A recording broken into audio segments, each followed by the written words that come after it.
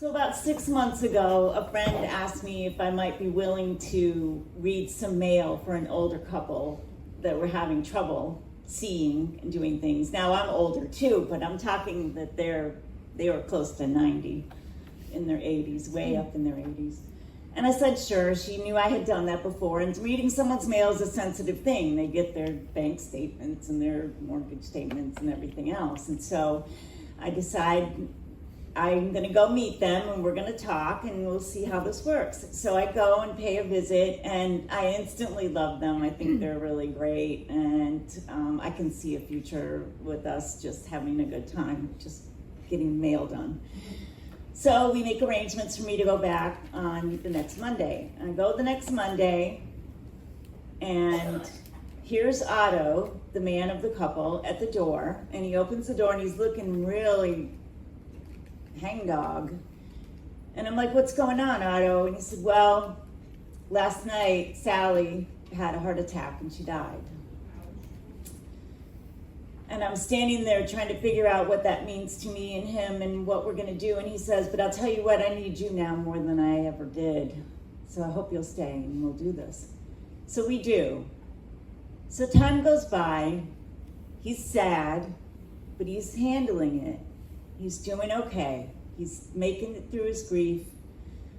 We go to the store together too. I branch out and do some other things for him. We go to the grocery store. We go walk the dog. He has a little dog. And we do things like that, and I help him with his phone. So everything's going fine. And then about maybe 5 months in, I go to his house. I ring the doorbell. No Otto. Ring the doorbell again. No Otto.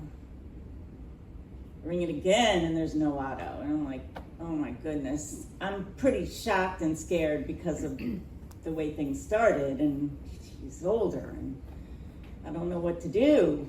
So I stand there for a little while trying to figure out what to do next. And I remember then that he had told me he leaves the side door to his house open. So I thought, okay, I'm gonna go and look and see if I can find him. I don't know what I'm gonna find and I'm worried about this, you know? So I go in the side door, kind of weirdly, because I'm just walking into the house without anyone asking me. I go into the garage, no Otto. All this time I'm going, Otto, where are you at? What's going on? Where are you?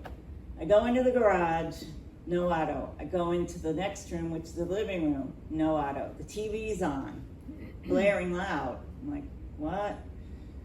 The dog's there. There's still no Otto. I'm like, okay. I go in the dining room, no Otto. And from the dining room, you can see the front door. And I see behind the front door, all of a sudden there's a shadow. I'm going, who's here now?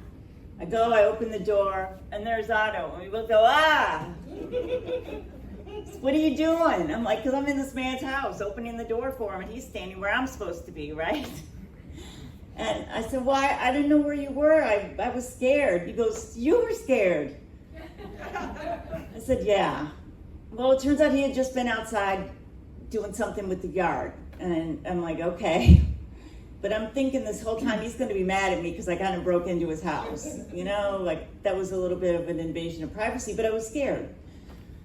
So I'm thinking the whole time that he might be mad at me, and I'm worried, and we're going over his mail and we're doing everything. And I get ready to go, and I'm still a little worried because I'm thinking he's mad. But I go out, and he walks me to the door because he's a gentleman, even at 90, you know, and even if it's hard to get up sometimes, he walks me to the door. I go outside, I get about to my car, and he says, see you later, love ya. And I say, the first time he said that, and I said, you know, love you too. And I knew then he wasn't mad, he was doing okay, and I was pretty happy.